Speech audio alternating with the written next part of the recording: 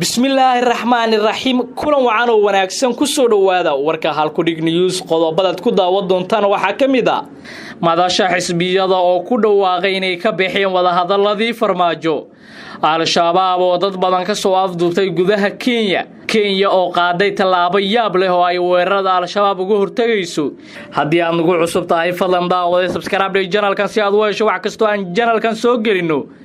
taariikhdu waxa ay tahay 19 bisha 12 December sanadka 2019 intaad maqasheen oo faahfaahsan ku soo dhawaada daawadayaal haatana Muqdisho ku bilaawno madasha xisbiyada qaran ayaa qoraal ay soo saareen ku shaaciyay inay ka baxeen wada hadaladii ay kula jireen madaxweyne Maxamed Cabdullaahi Farmaajo oo ay ku eedeeyeen inuu jabiyay qodobada heshiiskii hore loo gaaray kadib heshiiskii madaxweynaha iyo madaxweynayaashii hore oo matalayay madasha ay gaareen 20 November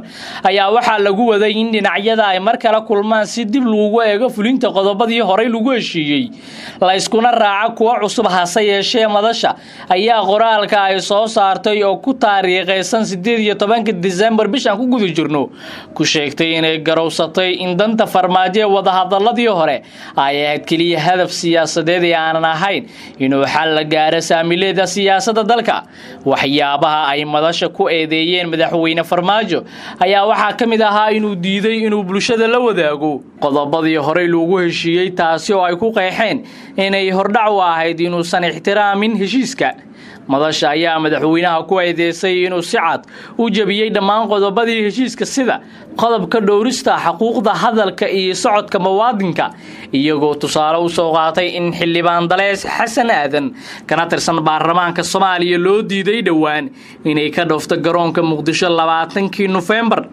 qodobka doorashooyinka madasha waxay sheegtay in Farmaajo wali uu ku dhagan yahay hindisa baalmarsan dastuurka isagoo aan wax ixtiraam u haynin dhinacyada kale ee ku lugta leh talada dalka waxay sidoo kale madasha ku eedeysay madaxweyne Farmaajo inuu fargelin cad ku hayo doorashooyinka maamul goboleedyada sida Galmudug oo uu ka shaqeynayo in madaxweyne loo doorto musharax hore loo go'aamiyay qodobka amniga madasha waxay sheegtay in madaxweynaha wali sii wado inuu hay'adaha amniga dalka u adeegsado hadafyo siyaasadeed intii uu shacabka uga difaaco ilaha kuwa halista ku ajiritaanka iyo qarannimada dalka qodobka xiriirka dawlad goboleedyada iyo Somaliland madashu waxay madaxweynaha ku eedeysay inuu wali sii wado inuu xasilooni darro ka abuuro maamulada dalka sida Jubbaland iyo Puntland oo uu maalgeliyay kacdoon ka dhaca dawladaha halkaas ka jirta burburinta Galmudug iyo maamulada Hirshabelle iyo Koonfur Galbeed oo adeegsanaya adeegayaal u geystay intuu shacabku u ogolaan lahaa inay doortaan kuwa matala dhanka Somaliland ayay madashu sheegtay inuu guddiga wada hadalada ku soo diray madaxweyne Farmaajo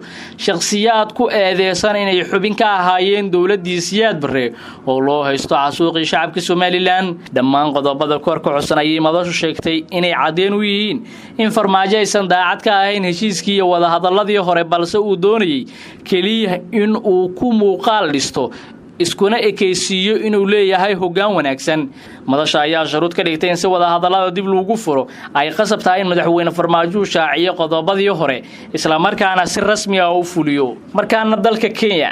rag looga shakisan yahay dagaalamayaasha al-shabaab ayaa 4 qof waxay ka soo afduubteen duleedka magaalada Wajeer ee gobolka Waqooyi Bari ee dalka Kenya sida uu daabacay wargeyska Daily Nation 4 qof ee la afduubtay ayaa la sheegay inay ahaayeen shaqaale dhisme oo ka howlgelayay magaalada Wajeer sida uu sheegay gudoomiye ku-xigeenka bariga Wajeer Umar Bija gudoomiye ku-xigeenka bariga Wajeer ayaa waxa uu shaaca ka qaaday in shaqaalaha la afduubtay ee dhismaha ay wateen